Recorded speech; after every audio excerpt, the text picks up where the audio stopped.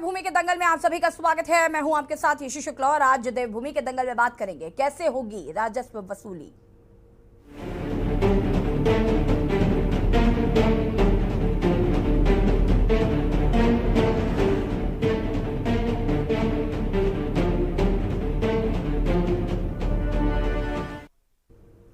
केंद्र सरकार द्वारा 2017 में देश में सभी करों को हटाकर जीएसटी लागू किया गया।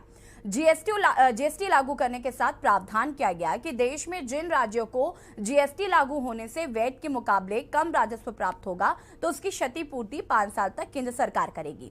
लेकिन अगर उत्तराखंड की बात करें तो प्रदेश में पिछले 5 साल तक जीएसटी से वैट के मुकाबले राजस्व की कम प्राप्ति हो रही है और इस साल प्रदेश को जीएसटी से वैट के मुकाबले करीब 44% कम राजस्व प्राप्त हुआ है। जीएसटी से कम राजस्व प्राप्ति के मामले में उत्तराखंड देश में तीसरे नंबर पर है। अब जून माह के साथ क्षतिपूर्ति की समय सीमा भी समाप्त होने को है। ऐसे में अगर केंद्र क्षतिपूर्ति की समय सीमा आगे नहीं बढ़ाती है तो प्रदेश को 5500 करोड़ रुपए का भार झेलना पड़ेगा, जो कि राज्य सरकार के लिए एक परेशानी की बात है। तो ऐसे क्या कारण है कि लगातार राज्य जीएसटी से वैट के मुकाबले कम राजस्व की प्राप्ति हो रही है, और आज हम इसी पर करेंगे चर्चा। से पहले रिपोर्ट देखें।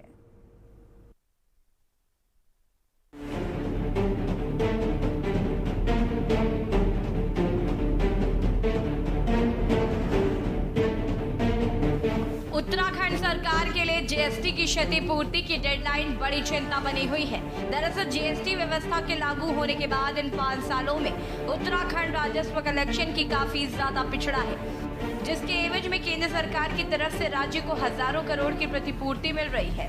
लेकिन केंद्र सरकार द्वारा 5 साल की समय सीमा जून माह में समाप्त हो रही है, जिसके बाद केंद्र राज्यों को क्षतिपूर्ति देना बंद कर देगा और ये चिंता राज्य के लिए मुसीबत बनी हुई है, क्योंकि जीएसटी से राज्य को हर साल हजारों करोड़ के नुकसान से गुजरना होगा। फिलहाल अगर 2022 की बात करें तो इस साल 44% वैट के मुकाबले जीएसटी से राजस्व प्राप्ति हुई। अगर केंद्र सरकार क्षतिपूर्ति बंद करता है तो 5500 करोड़ रुपए का अभिभार राज्य पर पड़ेगा। हालांकि उत्तराखंड के साथ ही पहाड़ी राज्यों के लिए जीएसटी व्यवस्था काफी नुकसानदायक रही है। उत्तराखंड के मुख्यमंत्री पुष्कर सिंह धामी ने इस परेशानी से निपटने के लिए अपने दिल्ली दौरे पर प्रधानमंत्री नरेंद्र मोदी से मुलाकात की थी और इस क्षेत्र में बेहतर कदम उठाने का आग्रह किया था। वहीं जीएसटी को लेकर विशेषज्ञों का कहना है कि वैट के मुकाबले जीएसटी में राजस्व की कमी बढ़ती जाएगी, क्योंकि उत्तराखंड में बनने वाला सामान किसी अन्य प्रदेश में जाकर बिकता है, जिसके बाद उसका जीएसटी उस स्टेट में चला जाता है। इससे हमें अपने यहाँ खरीदार बढ़ाने होंगे और अगर केंद्र सरकार क्षतिपूर्ति देना बंद करती है तो उससे उत्तराखंड ही नहीं, जहाँ जहाँ ये प्रॉब्लम है वहाँ बड़ा नुकसान होगा। इससे केंद्र को इसकी समय सीमा बढ़ा देनी चाहिए। जीएसटी और वैट का बेसिक डिफरेंस क्या है? जीएसटी जो है जहाँ पर सामान बनता है वहीं लग जाता है। अब जैसे उत्तराखंड में उधम सिंह नगर में, सिडकुल में या हरिद्वार में, सेलाकुई में, जहाँ भी आप कोई चीज़ बनाएंगे वैट लगा के बेचेंगे। जीएसटी डेस्टिनेशन बेस है, जहाँ बनाएंगे वहाँ टैक्स नहीं लगता, जहाँ बिकता है वहाँ टैक्स मिलता है।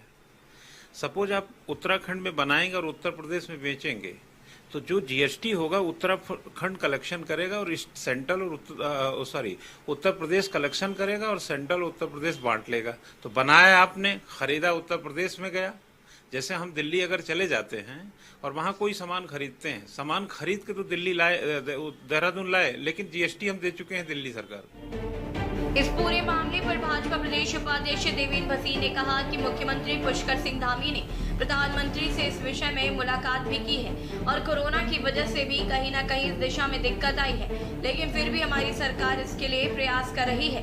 वहीं कांग्रेस प्रदेश अध्यक्ष करण मारा ने कहा कि जिस नारे के साथ प्रदेश में भाजपा सरकार आई, उसके मद्देनजर भाजपा ने प्रदेश सरकार को अतिरिक्त मदद करने का वादा किया था, लेकिन उत्तराखंड का विशेष पैकेज खत्म कर दिया गया है और राज्य को जीएसटी से बहुत बड़ा नुकसान हो रहा है, जिससे साफ हो रहा है कि डबल इंजन की सरकार पूरी तरह से फेल हो रही है। जीएसटी को लेकर के हमारे मुख्यमंत्री माननीय श्री पुष्कर सिंह धामी जी पूरी तरह संवेदनशील हैं और यही कारण है कि माननीय प्रधानमंत्री जी के सामने भी उन्होंने जीएसटी छूट का जो कालखंड है उसको आगे बढ़ाने के लिए निवेदन किया है।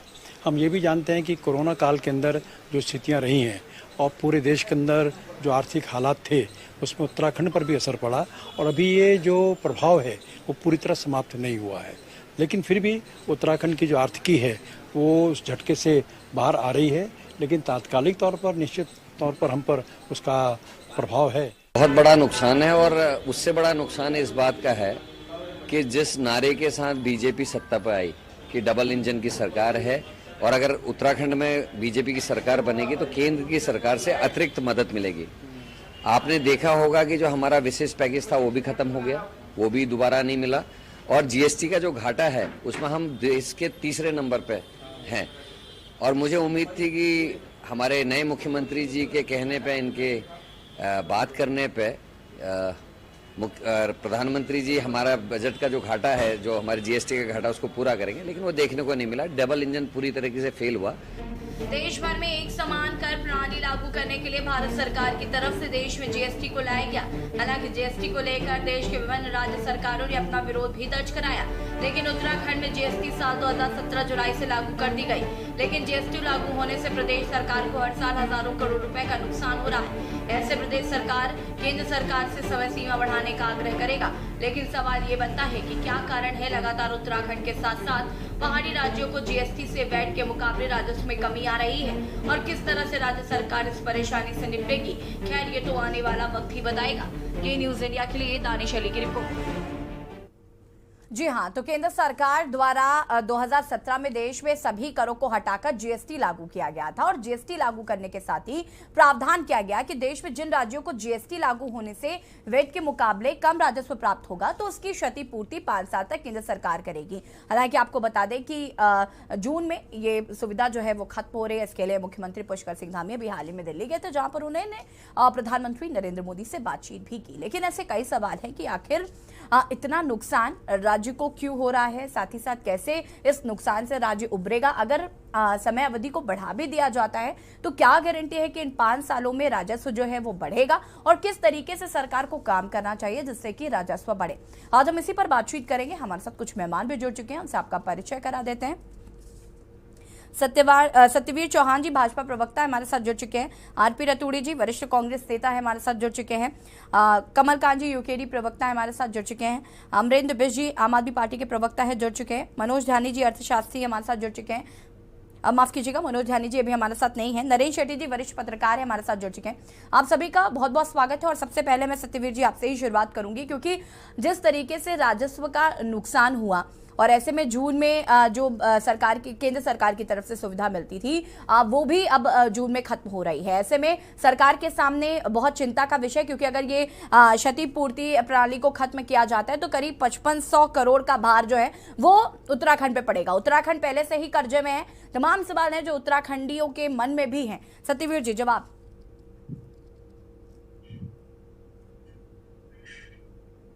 सत्यवीर जी आपकी आवाज नहीं आ पा रही अब तक।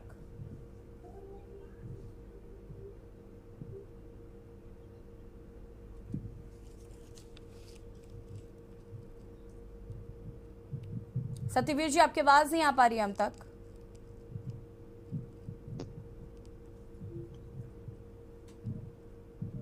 मेरी आवाज आ रही है आपको? जी जी, अपनी बात को पूरा कर सकते हैं। मैं आशीष जी कहना चाहूंगा 5 सेकंड में, हमारी सरकार लोक कल्याण और उत्तराखंड की समृद्धि के लिए श्रेष्ठ कार्य कर रही है। और उसके बाद मैं कहना चाहूंगा कि एक संवेदनशील सरकार का यही महत्व होता है कि वो किस प्रकार से आने वाली संकटों से कैसे उभर पाए, उसके लिए क्या क्या कदम उठाने की ओर अग्रसर है। आपने देखा होगा जिस प्रकार से अभी युवा मुख्यमंत्री दिल्ली गए, उन्होंने तमाम बैठ के प्रधानमंत्री के साथ करी, केंद्रीय मंत्रियों के साथ करी। प्रधानमंत्री से उन्होंने बताया कि जो हमारा टीएचडीसी जब डैम बना उस समय यूपी का पुनर्गठन हुआ, उसका जो 25% है वो अभी भी यूपी को मिल रहा है, वो 25% हमें मिलना चाहिए। उस विषय में उन्होंने पूरा जो तरीके से आदरणीय प्रधानमंत्री के सामने अपनी बात को रखा। दूसरा, उन्होंने इस बात को भी रखा कि जो उत्तराखंड के अंदर जो अगर पूरे भारत का अगर एक डिटेल निकाला जाए तो 20% फार्मास्यूटिकल कंपनी में जो दवाई है उत्तराखंड के अंदर ही बनती है। हम चाहते हैं, और 300 ऐसी इंडस्ट्री है जो उत्तराखंड के अंदर काम करती है, 1 लाख से ज्यादा एम्प्लॉय उसके अंदर काम करता है। हम चाहते हैं कि केंद्र अपने यहाँ पर संस्थान स्टेब्लिश करे रिसर्च के लिए और सब चीजों फार्मास्यूटिकल के लिए। हम उनको जमीन देंगे, जिस तरह की भी उन्हें आवश्यकता है हम वो सब उनको प्रोवाइड करेंगे। तो और दूसरा उन्होंने जो इस प्रकार से केंद्र की एक परियोजना पिथौरागढ़ में चल रही है, एयर स्ट्रिप है वहां पर, उस एयर स्ट्रिप को चालू करने के लिए संबंधित जो विभाग है उनके लिए आदेश देने के लिए, और कुमाऊं के जितने भी मंदिर है उनको भारतमाला जो एक वो परियोजना है उसके अंदर उसको लिया जाए, और जिससे कि वहां से जो जितना रेवेन्यू जनरेट हो सके इस घाटे को कम किया जाए। और मैं ये भी कहना चाहूंगा, कोविड काल में जिस घाटा हुआ है अब निरंतर धीरे धीरे ये स्टेट उभर रहा है। दूसरा, जिस प्रकार से जमरानी बांध हुआ और बांध हुए जैसे केशव डैम हुआ, लखवाड़ ब्यासी बांध हुआ, इन सभी बांधों के लिए केंद्र सरकार आगे आके जल्दी से इस पे काम शुरू करे। खासकर लखवाड़ ब्यासी बांध के लिए तो पैसा भी रिलीज हो गया है। दूसरा, जिस प्रकार से बल्लूपुर से पोंटा साहिब के लिए जो हाईवे है 2 स्टेट के लिए, जिस प्रकार से 2 स्टेट को जोड़ने के लिए एक नौघाट पे जो कि विकासनगर विधानसभा में बनता है, जो 2 स्टेट को जोड़ता है, उस पुल का निरंतर कार्य चल रहा है। वो इस स्थितियों से निपटने के लिए हमने वो कार्य शुरू कर दिया। दूसरा एक उदाहरण और दूंगा मैं, यहाँ रोपवे का उत्तराखंड के अंदर बहुत महत्व है और 12 रोपवे इस बजट में रखे गए, और एक रोपवे अभी जिस प्रकार से मां सरकुंडा में चल रहा है स्टार्ट हो चुका है, और वहां पर इतना यात्री उमड़ रहा है। अगर पिछले 2 महीने का मैं आपको डिटेल दूं तो 75,000 से अधिक यात्री वहां पर मां के दर्शन कर चुका है उस धाम के। दूसरा मैं कहना चाहूंगा कि कुछ ही महीनों में उस इतना प्रचलित हुआ है वो कि हमें इसके रिजल्ट बहुत अच्छे दिख रहे हैं। उसी का कारण है कि 12 रोपवे इस बजट में आपको देखने को मिले। हम तमाम उन चीजों को जो आगे आने वाली चीजें हैं उससे निपटने के लिए अपने स्तर पर कार्य कर रहे हैं। और जो केंद्र, और दूसरा मैं ऐसी चीज आपकी डिबेट में कहता हूं कि हमारे संसाधन सीमित है। हम केंद्र की जितनी भी परियोजनाएं उत्तराखंड के लिए चल रही है उसका 100% लाभ लेना चाहते हैं। और जब 2 विचारों की सरकार चलती है, एक ही विचार की और विकास के लिए काम करती है, तो इस प्रकार की जो रुकावट आती है वो आसानी से पार हो जाती है। आने वाले समय में उत्तराखंड को इन सब चीजों से बाहर निकलेंगे और हमारे मुख्यमंत्री जी इस विषय में चिंतित है। इस पर आगे हम विस्तार से बातचीत करेंगे। आरपी रतूड़ी जी हमारे साथ जुड़े हुए हैं, कांग्रेस के वरिष्ठ नेता। आरपी रतूड़ी जी, मैं आपसे जानना चाहूंगी, आपको क्या कुछ कहना है जो राजस्व को भारी नुकसान हो रहा है, साथ ही साथ जो केंद्र की तरफ से ये जो सुविधा मिलती थी राज्य को अब वो नहीं मिलेगी क्योंकि जून से ये समय सीमा जो है वो समाप्त हो रही है, कैसे देख रहे हैं इसको आप? डबल इंजन की सरकार की बात कही जा रही थी। देखिए, आपने हमारे बीजेपी के मित्र से प्रश्न किया था जी, मैथ का जवाब दे गए वो इतिहास का। अब सवाल तो ये है कि उनको तो बेचारों को जो प्रश्न है उसका जवाब देना तो आया नहीं कि जो ये घाटा हो रहा है, जिस घाटे पर आपने आज चर्चा रखी है, सबसे बड़ी तो बात ये थी कि क्षतिपूर्ति जो जीएसटी से हो रही है जी, जिस तरह अभी हमारे विशेषज्ञ पहले कह रहे थे कि भाई हमारे यहाँ प्रोडक्शन तो है लेकिन सेल अगर दिल्ली में हो रही है जी, तो जीएसटी दिल्ली को मिलेगी, बिल्कुल उसका लाभ दिल्ली को मिलेगा। हमारे यहाँ उसका उपभोक्ता अगर कम होगा, पर अभी ये कोरोना की बात कर रहे, अरे माननीय प्रधानमंत्री जी ने 2017 में बड़े बड़े नारे दिए थे कि डबल इंजन होगा तो यहाँ का विकास भी डबल होगा। फिर ये 5,000 करोड़ के लिए इतनी मारामारी और इतनी वो क्यों करनी पड़ रही हमारे मुख्यमंत्री को, जैसे हमको भीख मांगनी हो। सत्यवीर जी रुक जाइए, आऊंगी मैं आपके पास। जी रतूड़ी जी अपनी बात को पूरा करें।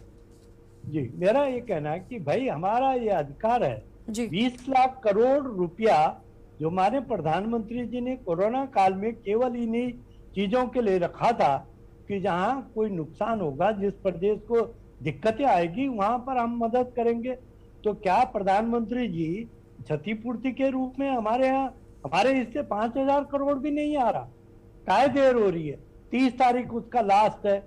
माननीय मुख्यमंत्री जी लगातार कह रहे हैं, लेकिन डबल इंजन का तो एक इंजन स्टार्ट ही नहीं हो रहा, दूसरा बेचारा खड़ा है, करे क्या, कैसे विकास होगा? सवाल ये है, जो जब माननीय त्रिवेंद्र सिंह जी को सरकार मिली थी कितना कर्जा था, जरा बताया बीजेपी के मित्र, और आज कहां पहुंचा दिया? इन 5 सालों में आपने कर्जे को दुगुना से ऊपर पहुंचा दिया। तो ये उत्तराखंड के विकास में अगर कर्जे से विकास होना और आपने गुणगान करने हैं तो भैया ये आपको मुबारक। ठीक है रतूड़ी साहब, मैं वापस आऊंगी, इस पर विस्तार से चर्चा करेंगे। कमल कांत जी हमारे साथ जुड़े हुए यूकेडी के प्रवक्ता हैं। कमल कांत जी, क्या कुछ कहना है आपको?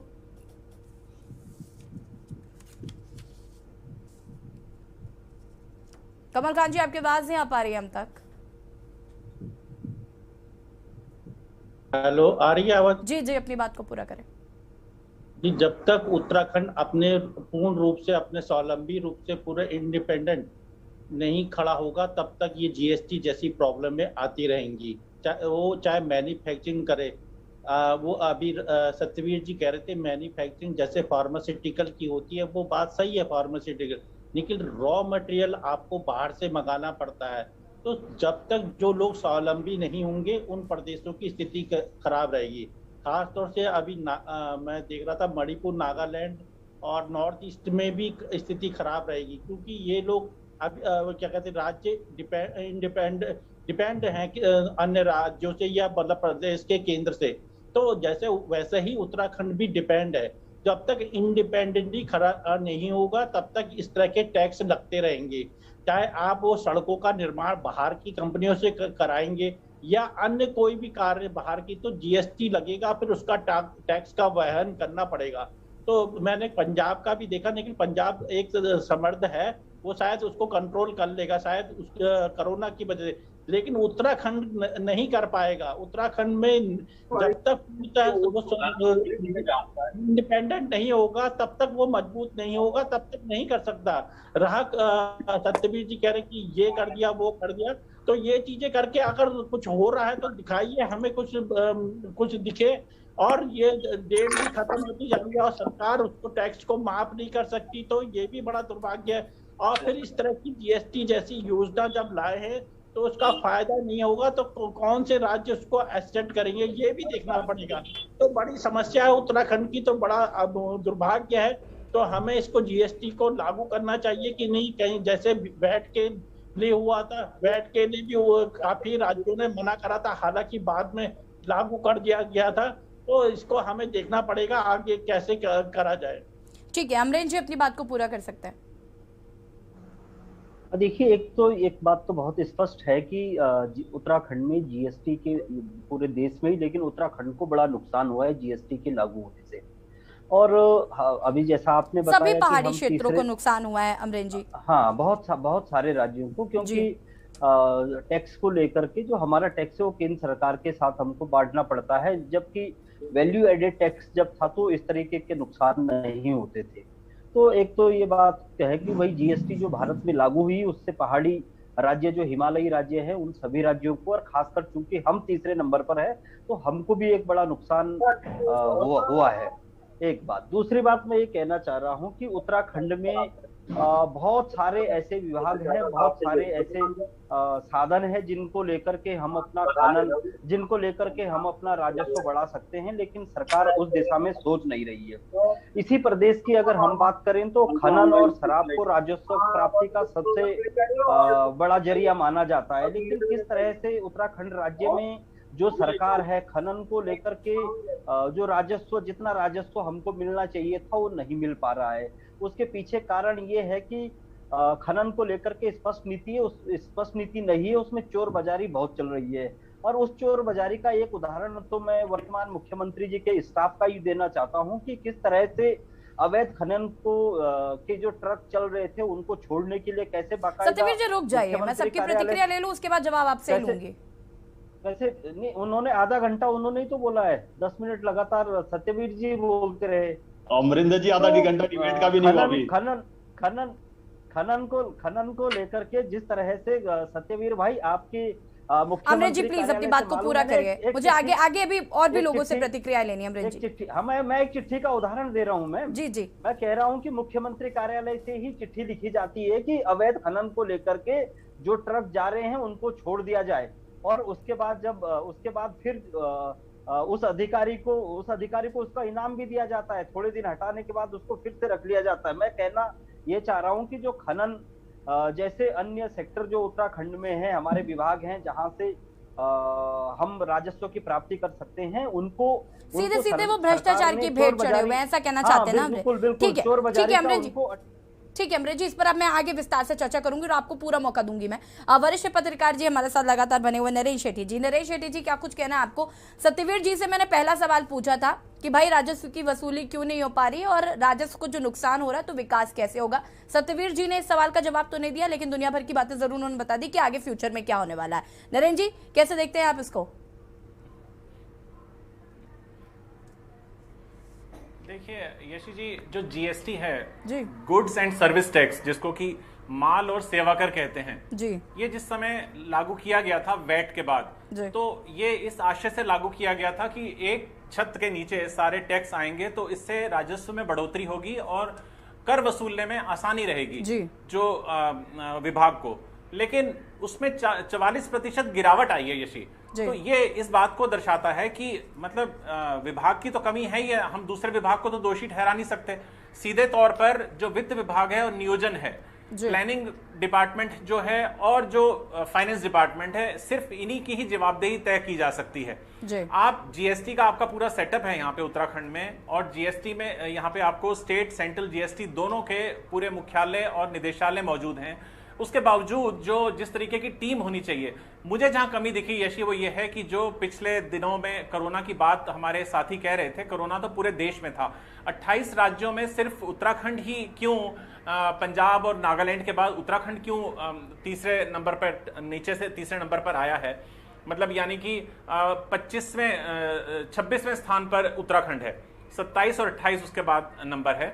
तो इसके लिए नेतृत्व परिवर्तन जो यहाँ पे राज्य में होते रहे सरकारों के बार बार, तो मुझे लगता है कि जो जवाबदेही अधिकारियों की, अफसरों की जो होती है, उनको भी एक मौका मिल गया सुस्ताने का, और वो उस तरीके से ध्यान नहीं दे पाए जिस तरीके से ध्यान दिया जाना चाहिए था जीएसटी कलेक्शन को लेकर।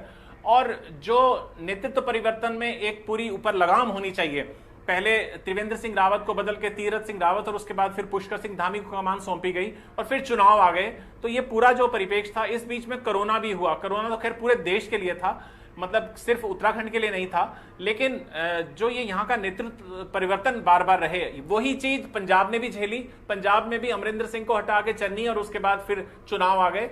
नागालैंड में स्थितियां अलग थी, नागालैंड में जो था वहां उग्रवाद का मुद्दा है, तो वहां पे स्थितियां भिन्न है, उसको एक एग्जेम्पशन माना जा सकता है। लेकिन उत्तराखंड में जहां पे कि पूरी तरीके से सारा सेटअप बना हुआ है और इस यहाँ पे जीएसटी के कलेक्शन में बहुत पुअर परफॉर्मेंस होना, ये यहाँ के नियोजन और जो वित्त विभाग है उसी की जवाबदेही। नरेंद्र जी, मैं वापस आऊंगी आपके पास। हमारे साथ मनोज ध्यानी जी भी जुड़ चुके हैं, जो कि अर्थशास्त्री हैं, क्योंकि सही जवाब जो है वो हमें मनोज ध्यानी जी ही दे सकते हैं। मनोज ध्यानी जी, बहुत बहुत स्वागत है आपका के न्यूज में। और मैं सबसे पहले सवाल आपसे ही करना चाहती थी, लेकिन आप थोड़ा सा लेट जुड़े। मनोज जानी जी, मेरा पहला सवाल आपसे है कि राजस्व को जो नुकसान उत्तराखंड में हो रहा है, जो तीसरे नंबर पर, तीसरे पायदान पर आ रहा है, भले ही नीचे से तीसरे पायदान पर है, लेकिन उत्तराखंड का नाम है, और इसकी तुलना लगातार हिमाचल से की जाती आई है, लेकिन हिमाचल इससे भिन्न है। हमने देखा है हिमाचल की जो तस्वीर है वो फिर भी उत्तराखंड से काफी अलग देखने को मिल रही है। तो अगर हम उत्तराखंड की बात करें तो राजस्व का नुकसान तो हो ही रहा है, साथ ही साथ जो क्षति पूर्ति की सुविधा जो मिलती है हमें केंद्र सरकार की तरफ से, उसका भी जून में समय अवधि जो है वो समाप्त हो रही है। ऐसे में सरकार के ऊपर एक बड़ा भार आ जाएगा, करीब 5500 करोड़ रुपए का। इसे कैसे दूर किया जा सकता है? या सबसे पहला सवाल तो यही कि क्या बड़ी वजह मानते हैं आप जो उत्तराखंड में ये सारी स्थितियां आज हम देख रहे हैं? देखिए, हेलो जी, अपनी बात को पूरा कर सकते हैं मनोज जी। देखिए, जो मैं ये बात आपके समक्ष रखना चाहता हूँ, उसमें सबसे पहले आपने बिल्कुल सही कहा कि 60,000 करोड़ रुपया जी जो उत्तराखंड को प्रति वर्ष क्षतिपूर्ति के रूप में मिलता है, टैक्स जीएसटी के रूप में, कम कलेक्शन के रूप में जी, उसका पीरियडिसिटी अकेले उत्तराखंड नहीं पूरे भारतवर्ष में सभी राज्यों पे लागू होगा। और वित्त मंत्री भारत सरकार जी ने इस बात को स्पष्ट किया है कि जून 2022 के बाद उसको एक्सटेंड नहीं किया जाएगा। तो एक बहुत बड़ा भार उत्तराखंड के ऊपर आने वाला है, आ चुका है, और इसके बारे में सरकार को चेतना पड़ेगा और गुड गवर्नेंस की फिलॉसफी की ओर उसे बढ़ना पड़ेगा जी। हमारे को अगर हम ओवरऑल एक कंटेक्स्ट में अगर देखें तो मैं ये एक बात जरूर कहना चाहता हूँ कि ऐसा नहीं है कि उत्तराखंड में अगर आप टैक्स इवेजन जिसे कहते हैं कि टैक्स से छुटकारा पाना, टैक्स पे किसी तरीके से फ्रॉड कर देना, इवेट करना, टैक्स ना देना, इस मामले में उत्तराखंड की स्थिति बहुत सारे राज्यों के मुकाबले में बेहतर रही है। यहाँ टैक्स इवेजन उस रूप में नहीं है जितना कि भारत के अन्य राज्यों में है। टोटल टैक्स इवेजन जो है वो आज की तारीख में कुल जो टैक्स कलेक्शन है उसका 3.03% तक टैक्स इवेजन हो रहा है जी। लेकिन उत्तराखंड का अगर कहा जाए तो उत्तराखंड उस मामले में थोड़ा ठीक ठाक स्थिति में है। मेरा जो कथन शुरू में मैंने कहा कि उत्तराखंड के पास ऊपर जो चैलेंज आने वाला है उस चैलेंज को कैसे मीट आउट करेगा ये बहुत इम्पोर्टेंट है। आप ये देखें कि हम क्योंकि वर्तमान आंकड़ा देख रहे हैं उसमें पहले दूसरे नंबर पर पंजाब और नागालैंड है और उत्तराखंड का नंबर है जिनका टैक्स गैप जो है बहुत ज्यादा जी। तो अगर पंजाब के हम अगर 2017, 2018, 2019 के आंकड़े देखेंगे तो हमें दिखेगा कि पंजाब बहुत अच्छे स्टेट्स में था जहां टैक्स कलेक्शन बहुत जीएसटी का कलेक्शन बहुत शानदार रहा। तो लेकिन जो राजनीतिक परिस्थितियां जब क्योंकि इकोनॉमी अकेले सिर्फ एक सब्जेक्ट नहीं है अर्थशास्त्र, वो राजनीति का एक बहुत गहन विषय है। जब पंजाब में जो मुझे लगता है जिस तरीके से कृषि के बिलों के खिलाफ जो आंदोलन खड़ा हुआ वो वस्तुतः इम्पैक्ट करता हुआ पंजाब में दिखा है। और उत्तराखंड की बात करें तो उत्तराखंड में टूरिज्म जो एक बहुत बड़ा रेवेन्यू का मीडियम रहता है वो एकदम बिल्कुल धाराशाही रहा। हमारे जितने भी तीर्थाटन थे और जो चार धाम की यात्राएं थी या पर्यटन के जो अलग क्षेत्र थे वो कोरोना काल में बिल्कुल ठप रहे, बंद रहे। रेस्टोरेंट्स, होटल्स, इंडस्ट्रीज वो ऑलमोस्ट जो इकोनॉमिक एक्टिविटी है वो लल पीरियड में रही। हमारी जो नई नई इंडस्ट्रीज हैं जैसे हरिद्वार में, सेलाकुई में, उधम सिंह नगर में, तो उन इंडस्ट्रीज में भी एक बहुत बड़ा गैप जो है प्रोडक्शन और जीएसटी जिसने प्रभाव डाला अल्टीमेटली जीएसटी कलेक्शन के जनरेट करने में। क्योंकि उत्तराखंड ने एक थ्योरी अपने लिए ये पैदा की थी कि हम प्रोडक्शन बेस्ड स्टेट होंगे instead of consumer based economy के रूप में जी। और उसका इम्पैक्ट जो है जीएसटी कलेक्शन में हमारे को दिख रहा है, लॉस में नजर आ रहा है।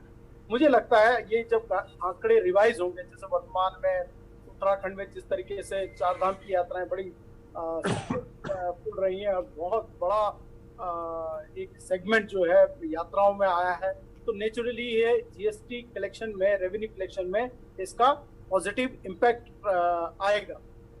जब हम गुड गवर्नेंस की बात करते हैं, उत्तराखंड सरकार का अभी तक जो बहुत सारे स्पीकर्स में जिनको सुन रहा था जब से मैंने ज्वाइन किया, तो उसमें ये बात आ रही है कि खनन की बात आ रही है कि खनन का विषय जो है बड़ा गंभीर विषय है।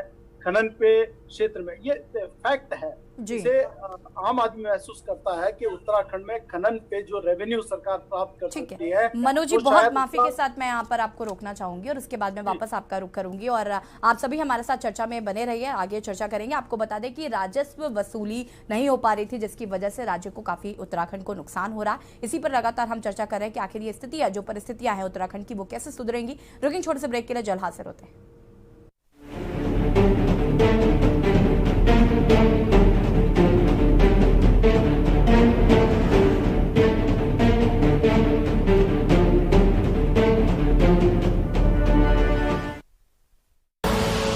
आप देख रहे हैं के न्यूज, खबरों का सारथी। देखें कौन नया खिलाड़ी आया है, समझा देते हैं, प्यार से समझाएंगे। ये तो अपनी जुबान है। जुबान एक हो तो दिल भी एक होने चाहिए। विमल, बोलो जुबान केसरी। के न्यूज की खास पेशकश, सप्ताहांत में देखिए लहू लुहान कारते परवान इस शनिवार रविवार रात 8 बजे और पेगासस अ वेपन इस शनिवार रविवार रात 8:30 बजे प्रबुद्ध चौहान के साथ। आप देख रहे हैं के न्यूज, खबरों का सारथी।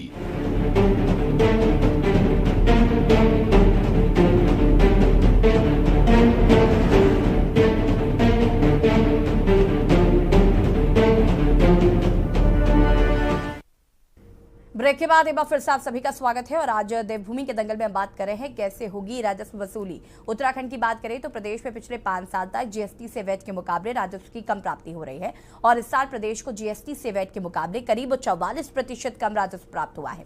जीएसटी से कम राजस्व प्राप्ति के मामले में उत्तराखंड देश में तीसरे नंबर पर है और अब जून माह के साथ क्षतिपूर्ति की समय सीमा समाप्त होने को है। ऐसे में अगर केंद्र इस क्षतिपूर्ति की समय सीमा आगे नहीं बढ़ाता तो प्रदेश को करीब 5500 करोड़ रुपए का भार झेलना पड़ेगा, जो कि राज्य सरकार के लिए एक परेशानी की बात है। और आज हम इसी पर बातचीत कर रहे हैं। हमारे साथ लगातार मेहमान भी जुड़े हुए हैं। सीधे मनोज ध्यानी जी का रुख करूंगी मैं। मनोज जी, अपनी बात को पूरा कर सकते हैं आप। हाँ, तो मैं जो कह रहा था कि जो गुड गवर्नेंस की फिलॉसफी को अगर हम लोग सही ढंग से इम्प्लीमेंट करें, क्योंकि ये कुछ फील्ड्स ऐसी हैं जो अनऑर्गेनाइज्ड फॉर्म पे और बड़ा ही अनकंट्रोल तरीके से, जिसमें यह आरोप सरकारों पे, कोई भी सरकार हो उस पर यह आरोप लगते रहे कि माफियावाद जो है बहुत हावी जी, और वो जनरली जीएसटी का यहाँ पर इवेजन जो उत्तराखंड का मैक्सिमम इवेजन है इस सेगमेंट में नजर आता है।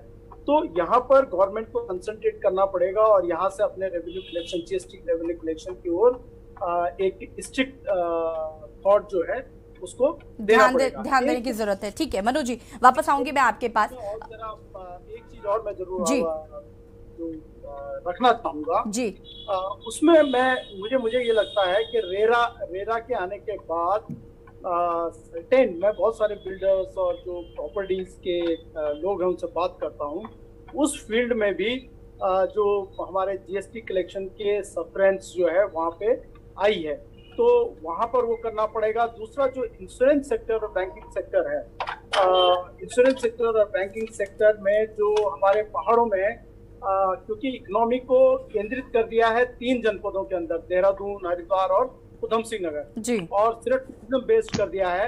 उत्तराखंड में जैसे एंटरटेनमेंट इंडस्ट्री ले लीजिए आप, तो आपको पहाड़ों में आप चले जाइए, कहीं पे आपके मॉल्स नहीं मिलेंगे, आपको सिनेमा घर नहीं मिलेंगे, एंटरटेनमेंट थिएटर्स नहीं मिलेंगे। इसी तरीके से ट्रांसपोर्ट सेगमेंट में आपको बहुत सारे कमियां मिलेंगी, बहुत सारी जो चीजें की जा सकती वो नहीं है। तो वहां पर उत्तराखंड के उन क्षेत्रों पे इन चीजों को बढ़ा करके वहाँ की इकोनॉमी, लोकल बेस्ड जो इकोनॉमी है, विलेज बेस्ड या टाउनशिप बेस्ड इकोनॉमी है, अगर उसको इम्प्रूव किया जाए तो जीएसटी कलेक्शन जो है स्प्रेड आउट होगा पूरे प्रदेश में, और तब हम शायद हिमाचल की जिनकी बात कर रहे हैं उसके समकक्ष नहीं तो कम से कम मतलब एक ठीक ठाक परफॉर्मेंस जो है उत्तराखंड कर सकता है। ये मेरा जी मनोज जी, आपसे और भी जानकारी इस पर हम लेते रहेंगे, आप हमारे साथ बने रहिए। सत्यवीर जी, अब अपनी बात को पूरा कर सकते हैं आप, लेकिन मैं उम्मीद करती हूँ कि आप मुद्दे पर ही रहेंगे, मुद्दे के बाहर नहीं जाएंगे। हाँ, मैं पहले भी मुद्दे पर आयशी जी, और मैंने पहले भी बताया था कि आने वाले समय पे, और हमने पहले क्या तैयारी कर ली थी कि जो 5 साल की जो जीएसटी थी उसके बाद हमें किस प्रकार से राज्य को आगे ले जाना है, तो उसी को देखते हुए हमने सत्यवीर जी, लेकिन रुक जाइए, मेरा सवाल आपसे ये था कि ये जो राजस्व की वसूली कैसे होगी, हम पिछड़े क्यों हैं, आपने इसका जवाब नहीं दिया। आपने मुझे इसका जवाब दिया कि आगे की 5 साल की क्या प्लानिंग है, वो तो मैंने आपसे पूछी नहीं। उसके लिए तो मैंने मनोज जी से ऑलरेडी मैं बात करती कि भाई कैसे हो सकता है, या मैं कांग्रेस से सुझाव ले लेती, लेकिन आपने मुझे अभी तक ये नहीं बताया कि 5 सालों में ये जो हाल है ये क्यों है। यशी जी, मैं आपको अगर उत्तराखंड का परिदृश्य पहले तो मैं बता दूं कि आपने दूसरे राज्यों से कुछ राज्यों के आपने नाम लिए कि नागालैंड, पंजाब, मैं आपको बता दूं उनसे हमारी तुलना नहीं हो सकती। हमारा राज्य अभी केवल 22 सालों का सत्यवीर जी, आपकी तुलना किसी से नहीं की जाती, और हिमाचल का नाम इसलिए, रुक जाइए, हिमाचल का नाम इसलिए आता है क्योंकि हिमाचल की जो स्थिति है वो लगभग उत्तराखंड जैसी है। हिमाचल को बने हुए, अरे हिमाचल को बने हुए आप देखना कितने साल हो गए, आप ये भी तो देखिए। आपको भी 22 साल दे दिए गए हैं। 22 साल में आप तो दोबारा सत्ता पर काबिज हो गए, मिथक तोड़ दिया आपने। आपको तो सीना चौड़ा करके राज्य के लिए कुछ करना चाहिए सत्यवीर जी। हमने कुछ किया होगा यशी जी, तभी तो हमें जनता ने चुना है।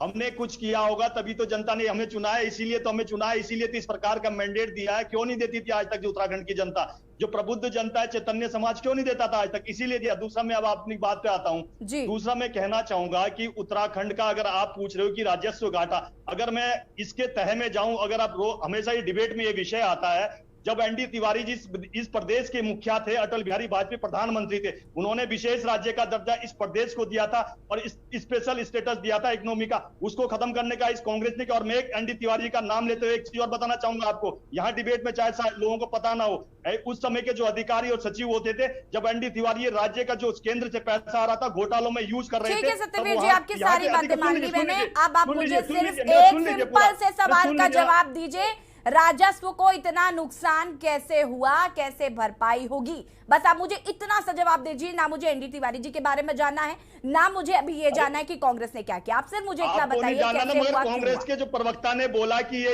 इस प्रकार के जो स्थिति आरपी रतूड़ी जी, आपको ये सुनाई नहीं पड़ा कि मैंने क्या सवाल, माफ कीजिएगा सत्यवीर जी, आपको ये सुनाई नहीं पड़ा कि मैंने क्या कहा और आरपी रतूड़ी साहब ने क्या किया? वो आपने सुन लिया और उसका जवाब देने के लिए आप एकदम आमादा बैठे हैं। मुझे सिर्फ अभी एक सवाल का सिंपल सा जवाब दीजिए, क्योंकि मनोज जी भी इसी बात को कह रहे थे। प्लीज मनोज जी ने, अच्छा सत्यवीर जी, मैं जवाब लेकर ही मानूंगी आज।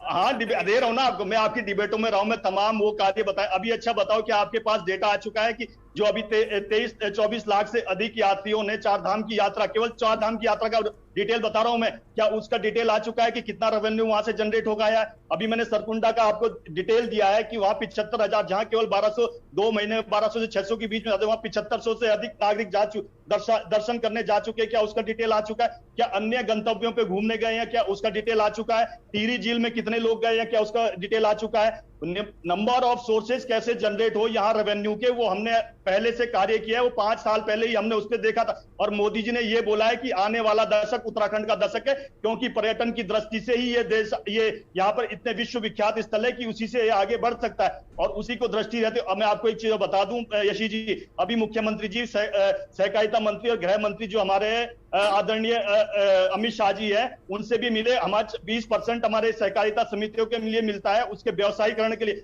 मगर उन्होंने स्पष्ट तौर से कहा कि यहाँ की भौगोलिक परिस्थितियां विषम है और ये पहाड़ी राज्य है, अधिकतर इसका क्षेत्र पहाड़ियों में है, वहां पर सहकारिता समितियों के लिए ये पैसा कम पड़ता है, उसको 20% से 40% किया जाए। उस पर भी एक हमें अच्छा आश्वासन गृह मंत्री की तरफ से मिला। हम तमाम वो कार्य कर रहे हैं जिससे कि यहाँ पे जो आने वाली परिस्थिति है उससे निपटा जाए, और हमने एक भी पैसा भ्रष्टाचार के लिए यूज नहीं किया। हमने जो भी कार्य किया वो डेवलपमेंट के लिए किया। चाहे आप जॉली ग्रांट एयरपोर्ट देख ले, जहां चंद फ्लाइटें उड़ती थी वहां आज सैकड़ों फ्लाइटें उड़ रही है, और ये उत्तराखंडी राज्य ऐसा पहला राज्य है जो केंद्र सरकार द्वारा उड़ान योजना लाई, उस उड़ान योजना को हमने अडॉप्ट किया। हमने प्रत्येक पैसे को जनता के हित में लगाया है, यहाँ के डेवलपमेंट के लिए, यहाँ के चिकित्सा के लिए, यहाँ के रोजगार के लिए, यहाँ के युवाओं को किस प्रकार से पलायन से रोका जाए उस और ध्यान देते हुए हमने वो सब कार्य आनंद पे मैं कहना चाहूंगा, अगर ये लोग अखबार पढ़ के आते होंगे, तमाम पैनलिस्ट यहाँ बैठे हैं, अगर आज का भी अखबार उठा के देख लीजिए कितने ट्रकों के चालान हुए, कितनों को जब्त किया गया है, और हिमाचल से जो खनन आता था उसके ऊपर पूर्णतः बंदिशें लगाई गई है। हमने वो प्रत्येक कार्य किए हैं जो हमें करने चाहिए और उत्तराखंड के हित में है, और किस प्रकार से यहाँ रेवेन्यू जनरेट करे वो आज नहीं सोचा, हमने 5 साल पहले सोच लिया था जब हमारी सरकार आई काम किए जो जनता के हित में थे, सबका भला हुआ, ठीक बात है। लेकिन आप मुझे ये बताइए कि राजस्व की वसूली कैसे होगी, हम पिछड़ क्यों रहे हैं, अब ये बता दीजिए प्लीज। मैंने कह दिया ना, हमने तमाम आज हमने आपने मुझे सिर्फ ये बताया कि पूरा पैसा जनता के लिए इस्तेमाल हो रहा है, ये जो आंकड़े आ रहे हैं झूठ बोल रहे हैं, बताइए जरा। मैंने यशी जी ये बोला ना कि आप रतूड़ी साहब मैं आपके पास आऊंगी, हमने 5 साल पहले ये सोच लिया। रतूड़ी साहब आपके पास आऊंगी, रुक जाइए सत्यवीर जी, प्लीज रुक जाइए, आपके पास जवाब नहीं है रतूड़ी जी। अरे मैंने आपको जवाब दे दिया, बहुत बहुत धन्यवाद रतूड़ी जी। संतुष्ट होना ना होना वो आपका विषय है। रतूड़ी जी, जी मेरा एक प्रश्न इनसे जी कि जब 2017 में इनकी सरकार बनी थी, अगर ये अध्ययन करके आए हैं तो 2017 में उत्तराखंड पर कितना कर्जा था और 2017 से और 22 तक कितना कर्जा हो गया, जरा ये बताएं। अगर यात्री जी आपको इसी विषय में, सत्यवीर जी जिस मुद्दे पर डिबेट होती है उस मुद्दे से अलग आप 50 बातें कर लेते हैं। अगर एक सवाल रतूड़ी जी ने पूछ लिया तो जवाब देने में क्या जा रहा है? बात तो कर्जे की हो रही है भाई, कर्जा तो बढ़ रहा है, दुगना हो गया है कर्जा। चलिए सत्यवीर जी की आवाज हम तक नहीं आ पा रही है। वरिष्ठ पत्रकार जी नरेंद्र जी, नरेंद्र जी आपकी प्रतिक्रिया चाहूंगी मैं। जी जी देखिए यशी जी, ये बहाना तो कतई नहीं लिया जा सकता कि यहाँ की परिस्थितियां जो हैं वो पंजाब से और नागालैंड से नहीं मिलती, हिमाचल से तो मिलती हैं। जी। हिमाचल का जो जीएसटी कलेक्शन है उसमें 31% की बढ़ोतरी हुई है। आप ये देखिए 2021-22 में 31% की बढ़ोतरी हुई है हिमाचल में।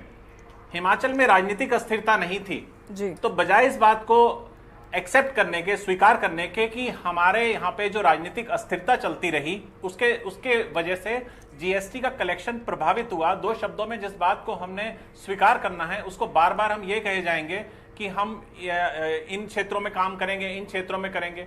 ये अनुदान की संस्कृति से जब तक इस प्रदेश को निजात नहीं मिलेगी, हर बार मैं ये नहीं कह रहा हूं कि इस वाले मुख्यमंत्री की मजबूरी है या पिछले वाले की थी मजबूरी, जब से ये राज्य बना है ये केवल केंद्र की ओर आस लगा के ऐसे देखता है जैसे किसान बरसात के लिए देखता है। बिल्कुल। और अगर इसी दृष्टि से देखना है तो फिर तो इसको केंद्र शासित प्रदेश बना देना चाहिए, फिर इसको राज्य बना के रखने का क्या फायदा यशी? बिल्कुल, फिर तो सीधे तौर पर इसको केंद्र शासित प्रदेश बना दीजिए। गोवा, दमन, दीव, चंडीगढ़, नगर हवेली और उसकी तरह जो यूटी है, यूनियन टेरिटरीज हैं, जम्मू कश्मीर है, लद्दाख है, उसकी तरह अगर हमने सारा पैसा केंद्र की ओर ही, उसकी ओर ही ध्यान देना है कि हमको कैसे पैसा मिलना है। बात रही यहाँ पे टूरिज्म की, टूरिज्म कोई, मैं नहीं मानता हूं कि ये भारतीय जनता पार्टी की या कांग्रेस की उपलब्धि है। टूरिज्म को तो सीधे तौर पर आप ये देखिए कि आदिकाल से जो पर्यटन धर्माटन है, धार्मिक तीर्थाटन है, जो ये चला आ रहा है, इसको किसी ने भी नहीं रोका और इससे जो रेवेन्यू होता है वो प्रदेश के डेवलपमेंट के लिए ही यूज होता है। जिस समय अविभाजित उत्तराखंड था उत्तर प्रदेश से, उस समय भी यहाँ पे जो पर्वतीय विकास परिषद बना था उसके यहाँ पे हीरा सिंह बिष्ट उपाध्यक्ष रहे हैं और उस समय भी जो फंड आता था तो वहां यहाँ पे पहाड़ी क्षेत्रों में और पर्यटन को और तीर्थाटन को बढ़ावा देने के लिए इस्तेमाल किया जाता था। तो ये कोई अलग से कोई ऐसा प्रावधान नहीं है कि हम इस बार के तीर्थयात्री ज्यादा आ गए तो ये हमारी इसमें कोई कंट्रीब्यूशन है। हमें तो जो अनएक्सप्लोर्ड जगह हैं उत्तराखंड की, जहां पे रेवेन्यू बढ़ाया जा सकता है, जहां पे रेवेन्यू को हम बूस्ट कर सकते हैं, हमें उन खामियों को ढूंढना है। हमने ये थोड़ी देखना है हमारा नंबर कैसे, हमारा 26वां नंबर आया, नीचे के पायदान पर पहुंच के 26वें नंबर पर पहुंचे हम टैक्स कलेक्शन में। तो इसकी हमारी वजह ढूंढनी है इसकी, बजाय इसको ये कहने के कि हम अपनी तुलना कांग्रेस से या हम अपनी तुलना दूसरी दिल्ली की सरकार से करनी शुरू कर दें। जहां जहां पे भी, जैसे हिमाचल एक उदाहरण है, बहुत सटीक उदाहरण है। हिमाचल में पर्यटन भी है, बागवानी भी है, वहां पे धार्मिक तीर्थाटन भी है। आप ये देखिए कि वहां पे क्यों नहीं प्रभावित होता, क्योंकि वहां पे इत्तेफाकन एक स्थिर सरकार भी मिली हुई है और इसके अलावा वहां का जो लोकल बिहेवियर है जो वहां का, वो भी पर्यटन के अनुकूल है। वहां पे ऐसा नहीं है। यहाँ पे हमारी जो कानून व्यवस्था है, मैं बहुत इस बात को बड़ी जिम्मेदारी से कहना चाहूंगा कि आपको हिमाचल में जहां पर्यटन के क्षेत्र में आप पर्यटकों के साथ ऐसी मारपीट की और वैसी घटनाएं सुनने को नहीं मिलेंगी जो आपको नैनीताल में और मसूरी में और या अन्य स्थानों पर मिलेंगी। तो हमें पूरी की पूरी तस्वीर को जड़ से समझने की जरूरत है कि कौन कौन सी चीजें प्रभावित कर रही हैं यहाँ पे पर्यटन को। पर्यटन प्रभावित होगा तो सीधा सा टैक्स कलेक्शन प्रभावित होगा। तो इन चीजों पर बजाय चर्चा करने के हम लोग एक दूसरे के ऊपर दोषारोपण करें, इसका कोई औचित्य नहीं है। हमें मुद्दे पर रहकर उसी पर बात करनी चाहिए। बिल्कुल नरेंद्र जी। कमल कांत जी।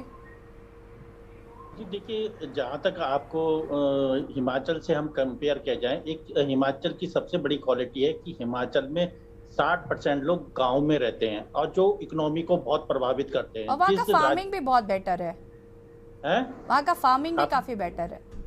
हाँ बिल्कुल, उसका कारण है कि जब आदमी नेचुरल से जिस स्थान पर रहेगा तो अपने आप इकोनॉमी क्रिएट होती है और जब वो क्रिएट होगी तो जब वो जिस जगह रहेगा इकोनॉमी ठीक होगी। लेकिन जब 3 जिलों में हम आ जाएंगे और इकोनॉमी वहां पर रहेगी और जो हमारा 60% भाग है वो उसमें वर्क नहीं होगा, तो हमारे उस 60% भाग का क्या करना। आप 60%, आप 30% भाग में रह रहे हो, बाकी 70% भाग में आप रह नहीं रहे। तो ये 70% भाग का हमने करना क्या है, उसमें तो कुछ हो ही नहीं रहा। ये तो मतलब और भी डिजास्टर है और यही डिजास्टर तो ये तो होगा ही आने वाले समय में। जो हमारे जो बॉर्डर के क्षेत्रों में वहां पर भी खतरा पैदा उत्पन्न होगा, क्योंकि जब इकोनॉमी काम नहीं करेगी, लोग रहेंगे नहीं। हमारा जो पौड़ी है और क्या कहते हैं अल्मोड़ा है और जो उत्तरकाशी है, तमाम जो और भी ऊपर कई क्षेत्र, पौड़ी और क्या कहते हैं अल्मोड़ा तो खत्म हो चुके हैं। इन राज्यों में लोग रहते नहीं है। इसका कारण था कि इन्होंने एजुकेशन पर दिया और ये इन्होंने इन क्षेत्रों को छोड़ दिया और वहाँ इकोनॉमी पूरी तरह से कोलैप्स हो गई है।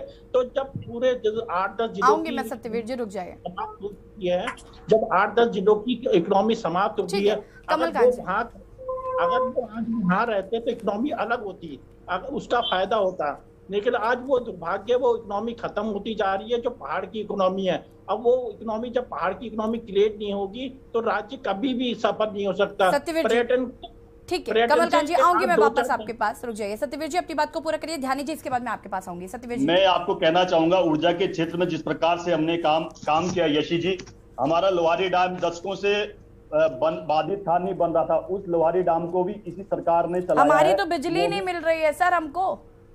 अरे मैं पूरी बिजली नहीं मिल रही है हमको। अरे यशी जी मैं बिजली में बैठा हूँ, मजाक नहीं कर रही हूँ मैं सत्यवीर जी, बिल्कुल भी मजाक नहीं कर रही हूँ। इन्होंने मनाया, इन्होंने उत्तरकाशी मनेरी डाली। सत्यवीर जी बिल्कुल मजाक नहीं कर रही हूँ। अरे ये देखो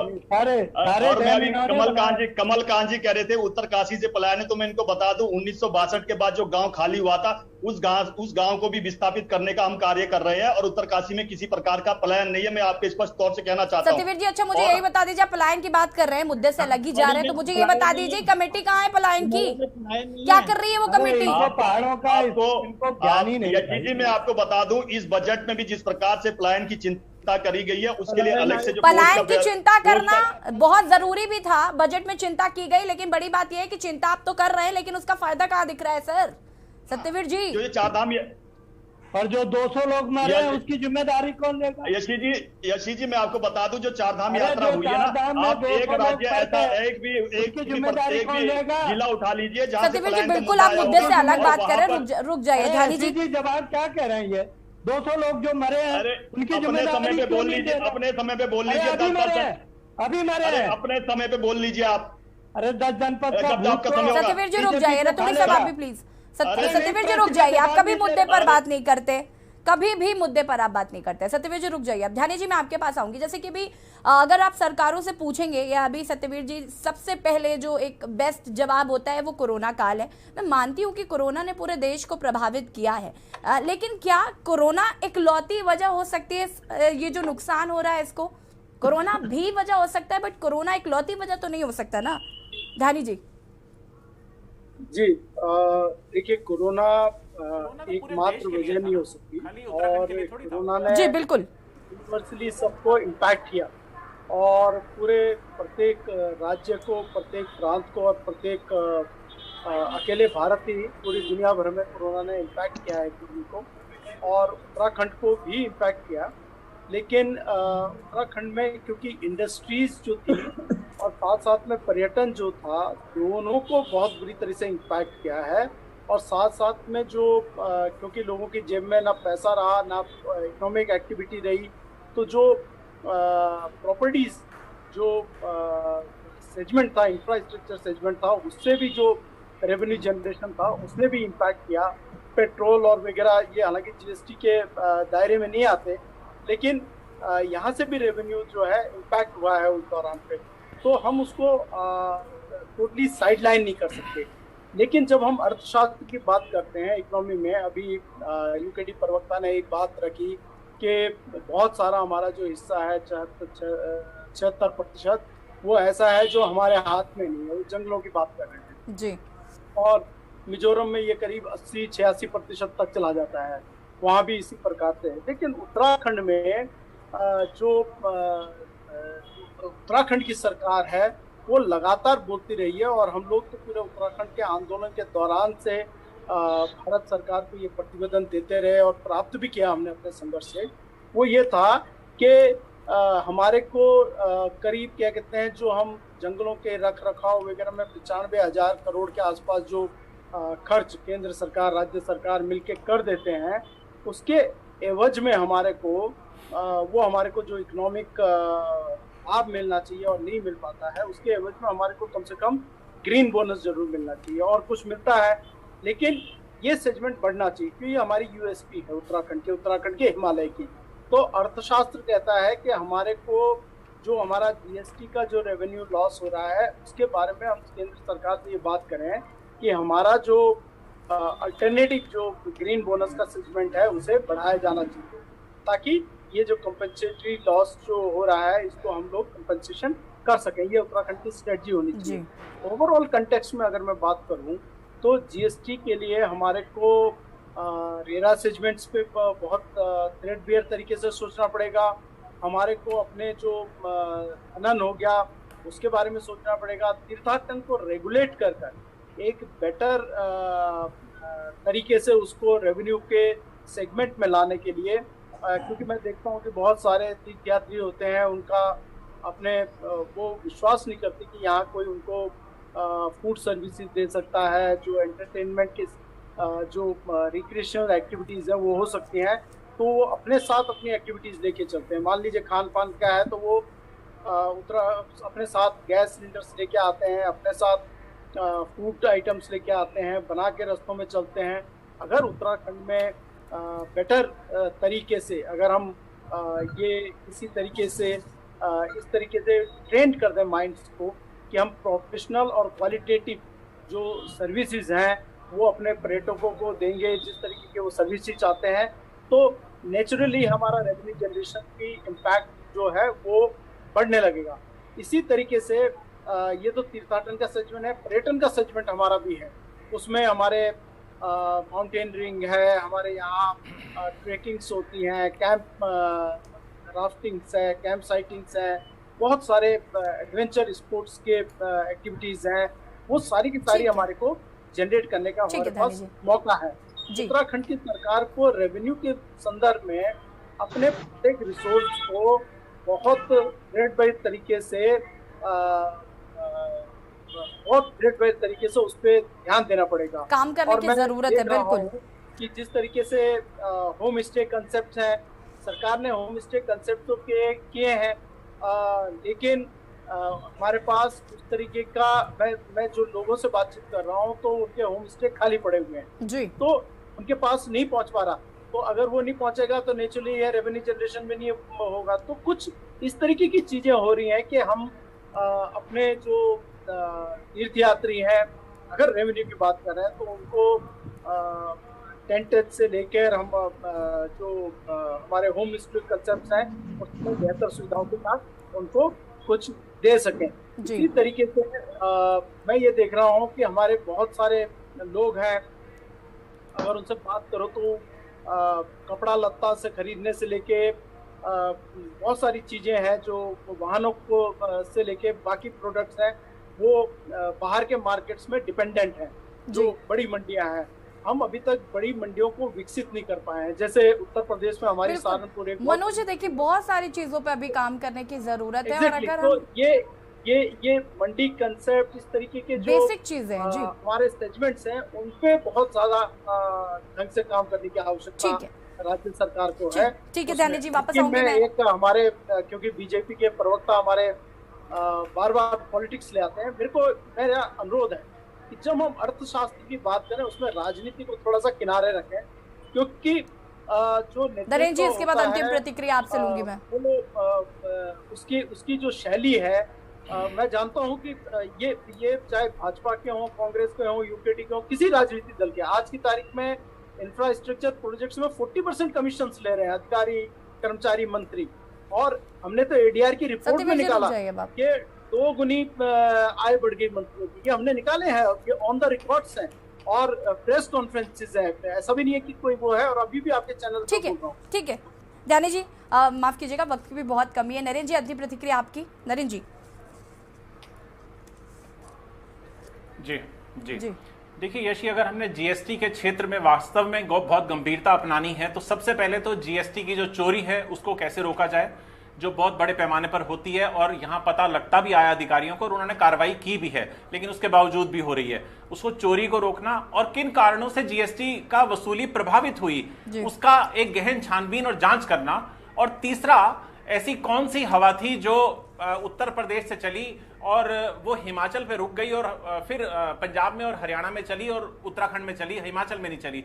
हमें हिमाचल से सीख लेनी चाहिए कि कैसे उन्होंने कोरोना काल के दौरान भी अपनी जीएसटी की वसूली प्रभावित नहीं होने दी। उस उन तरीकों को हमें भी अपनाना चाहिए और पर्यटन को बढ़ावा देने के लिए राजनीति को दूर रखकर सीधे तौर पर हमें यहाँ राज्य के पर्यटन को बढ़ावा दें। अभी ध्यानी जी होम स्टे के बारे में कह रहे थे, होम स्टे की संस्कृति तभी फलीभूत हो सकती है अगर यहाँ का जो व्यवसायी है उसके अंदर अतिथि देवो भव वाली संस्कृति पनपे और वो एक जो पर्यटक है उसका दिल से स्वागत करे। यहाँ सिर्फ ये नहीं होगा कि आप 40 रुपए की बिस्लेरी की बोतल बेच देंगे तब आपका काम चलेगा, आपको पानी पानी की तरह देना पड़ेगा, खाना खाने की तरह देना पड़ेगा। जी यशी, आप सभी का बहुत बहुत शुक्रिया चर्चा में शामिल होने के लिए। और यहाँ पर आज हम बात कर रहे हैं राजस्व की वसूली में आखिर हम क्यों पिछड़े हैं। उत्तराखंड की राजनीति में अगर हम बात करें तो यहाँ पर राजस्व की कमी की वजह से जो क्षतिपूर्ति केंद्र सरकार की तरफ से दी जाती थी उसकी समयावधि अभी जून में समाप्त हो रही है, जिसको लेकर कहीं ना कहीं उत्तराखंड के लिए चिंता की बात है। अब सरकार इससे कैसे निपटती है देखना होगा। फिलहाल देवभूमि के दंगल में इतना ही। देखते रहिए न्यूज़ इंडिया। नमस्कार। इस कार्यक्रम के प्रायोजक करता है गोल्डी हिंग, कण कण में जान।